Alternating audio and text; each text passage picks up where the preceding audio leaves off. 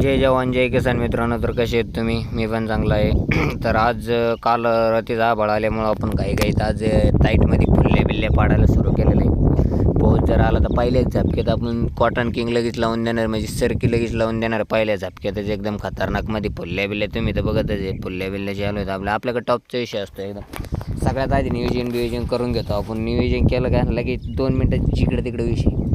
कारण की आपण गोळगोळ करीत नाही बस शेती आपलं टॉप क्लास एकदम मोगडा बिगडा नांगर बिगड रोटा बिटा. आता फुल्ल्या पाडायला चालू आहे. फुल्ल्या बिल्ल्या पाडून एकदम दिसते. आता पिशा आणायला जाणार आहे. कोणत्या पिशा आणो कमेंट करून सांगा, जे चांगले असतील ते घेऊन येतो. काही तर माझ्या मनानेच आणणार आहे मी, पण तुम्हाला पण माहीत असले तर तुम्ही पण सांगा. आणि एकदम टॉपचा विषय करून टाकतो. फुल्ल्या बिल्ल्या ताईटमध्ये पाडल्या तुम्ही बघा. फुल्ल्या आपण 4 फुटी फुल्ल्या पाडतो आपण 4. आणि सगळ्यात मोठं म्हणजे फुल्ल्या पाडण्यामध्ये एवढं सोपं नाही, भलं मोठं राहत आहे. 4 12 फूट राहत आहे. 12 फूट याच्यात चालायचं म्हणजे सगळ्यात अवघड असतं ट्रॅव्हलसाठी. मी स्वतःच घरची शेती बिती नांगरून घेतो.